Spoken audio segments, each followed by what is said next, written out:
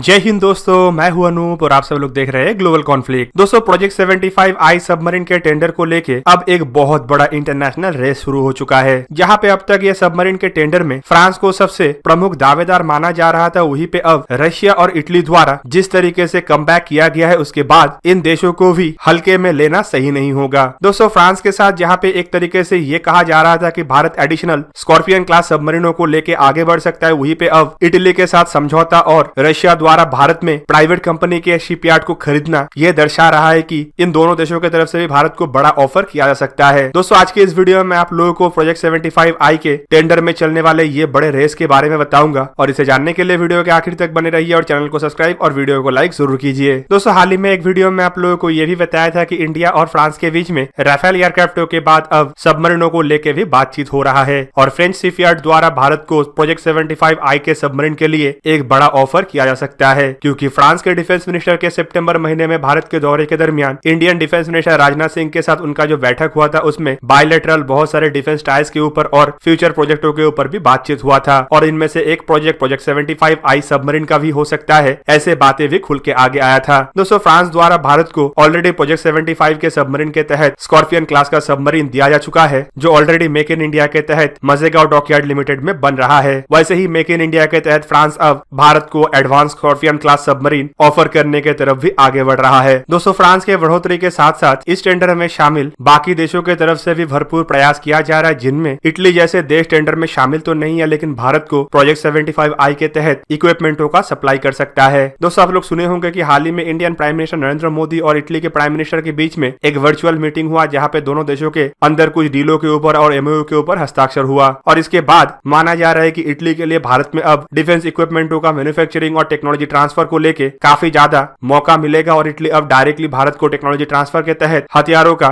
निर्माण भारत में make in India के तहत कर पाएगा। दोस्तों, मैं ये इसीलिए कह रहा हूँ कि इसके पहले अगस्टा वेस्टलैंड जैसे घोटालों के बाद इटली के कुछ कंपनियों को ब्लैकलिस्ट किया गया था और इस बार इस बैठक के बाद माना जा रहा है कि उस ब्लैकलिस्टिंग में थोड़ा ढिलाई दिया जा सकता है और ये प्रोजेक्ट 75 आई के लिए इसीलिए भी महत्वपूर्ण है क्योंकि यूरोप के कुछ बड़े शिपयार्ड में और शिप बिल्डिंग कंपनी में इटली के फिनमेकानिका भी शामिल होता है। फिनमेकानिका एक ऐसा कंपनी है जो बहुत सारे बड़े जहाजों का निर्माण भी कर चुका है, जिनमें लैंडिंग प्लेटफॉर्म डॉक जैसे बड़े जहाज भी शामिल है। इवन फिनमेकानिका के पास एडवांस तरीन सबमरीनों को निर्माण करने का भी क्षमता है और ऐसे आधुनिक टेक्नोलॉजी है जो भारत को प्रोजेक्ट 75 आई के सबमरीनों के लिए भी जरूरत है। दोस्तों, आपके जानकारी के लिए ये भी बता दूं कि प्रोजेक्ट 75 आई सबमरीन एक ऐसा सबमरीन होगा जिसमें ज्यादातर इंडिजीनियस इक्विपमेंटों का इस्तेमाल किया जाएगा, जिनमें सोनार और कंप्यूटर सिस्टम से शुरू करके हथियार और सबमरीनों में इस्तेमाल होने वाले स्टील तक शामिल है। पर वहीं पे इटली द्वारा जहाँ पे भारत के साथ सिर्फ कुछ एमओयू के ऊपर हस्ताक्षर हुआ है, वहीं पे रशिया अपने प्रयास को काफी गुना बढ़ा चुका है। हाल ही के एक रिपोर्ट में हमें पता चल रहा है कि रशिया के एक शिप बिल्डिंग कंपनी द्वारा भारत के एक प्राइवेट शिपयार्ड को खरीदने के लिए बातचीत किया जा रहा है। दोस्तों, यहाँ पे ये प्राइवेट शिपयार्ड अनिल अंबानी के रिलायंस ग्रुप का नेवल एंड इंजीनियरिंग लिमिटेड है, जिसे फिलहाल डेट को चुकाने के लिए बिक्री किया जा रहा है और हाल ही के कुछ रिपोर्टों में यह भी पता चला था कि कंपनी के इस डिवीजन को फॉरेन कंपनियों द्वारा खरीदने में उतना ज्यादा इंटरेस्टेड नहीं दिखाया जा रहा है, लेकिन रशिया के state own United ship building corporation द्वारा भारत के अंदर ये शिपयार्ड खरीदने के लिए काफी ज्यादा इंटरेस्ट दिखाया जा रहा है। दोस्तों, एक महीना पुराने कुछ रिपोर्टों में यह भी बताया गया था कि रशिया के स्टेट ओन कंपनी के तरफ से Reliance naval and engineering group को खरीदने के लिए क्लियरेंस लिया जा रहा है और क्लियरेंस के लिए रशिया का जो भारत में एम्बेसी है उनके तरफ से भी काम किया जा रहा है। पर कभी भी खुल के रशियन अथॉरिटी की तरफ से इन बातों को स्वीकार भी नहीं किया गया या फिर नकारा भी नहीं गया, पर रशिया द्वारा एटलीस्ट ये स्वीकार किया गया कि ये प्राइवेट शिपयार्ड को खरीदने के लिए रशिया पार्टिसिपेट कर रहा है। दोस्तों, आपके जानकारी के लिए बता दूं कि अनिल अंबानी के इस कंपनी के ऊपर करीबन 10,000 करोड़ रुपया का उधारी है और इसे चुकाने के लिए ही इसे बेचा जा रहा है। पर इसमें रशिया का क्या इंटरेस्ट होगा और रशिया भारत के अंदर इतना बड़ा शिपयार्ड खरीद के किस तरीके से फायदा उठा सकता है। रशिया के तरफ से भारत में शिपयार्ड को खरीद के प्रोजेक्ट 75 आई के डील को मजबूत करने का प्रयास किया जा रहा है। इवन भारत के अंदर जिस तेज गति से शिप बिल्डिंग इंडस्ट्री का उन्नति हो रहा है और जिस तरीके से भारत के अंदर नेवी के लिए भी जहाज को भी बड़े संख्या में बनाया जा रहा है, इससे रशिया को भारत के ये बड़े मार्केट के ऊपर पकड़ बनाने में भी मजबूती मिलेगा। दोस्तों, इंडिया के कुछ स्टेट ओन शिपयार्ड में तो भारत के लिए नेवल जहाजों का निर्माण किया जा रहा है, लेकिन हाल ही के दिनों में आप लोग सुने होंगे प्राइवेट कंपनियों के मदद से भी बहुत सारे छोटे आकार के और मध्यम आकार के जहाजों का निर्माण किया जा रहा है। इवन प्राइवेट कंपनियों द्वारा गवर्नमेंट ओन इन कंपनियों के लिए इक्विपमेंटों का भी सप्लाई किया जा रहा है। वैसे ही अगर प्रोजेक्ट 75 आई के टेंडर को भी देखें तो आपको पता चलेगा कि इसमें प्राइवेट कंपनी और गवर्नमेंट कंपनी दोनों का ही भागीदारी रखा गया है और रशिया भी उन देशों में शामिल है जो भारत को प्रोजेक्ट 75I के तहत सबमरीनों का ऑफर कर चुका है। रशिया के जो रूविन डिजाइन ब्यूरो कंपनी है उसके तरफ से भारत को प्रोजेक्ट 75I के लिए अमूर क्लास के सबमरीन का ऑफर किया गया था। इवन रशिया द्वारा इस ऑफर के तहत भारत को यह भी कहा गया था कि भारत में सबमरीनों को टेक्नोलॉजी ट्रांसफर के तहत बनाया खाली नहीं जाएगा बल्कि ब्रह्मोस जैसे मिसाइलों को इंटीग्रेट करने के लिए भी रशिया की तरफ से पूरी मदद किया जाएगा।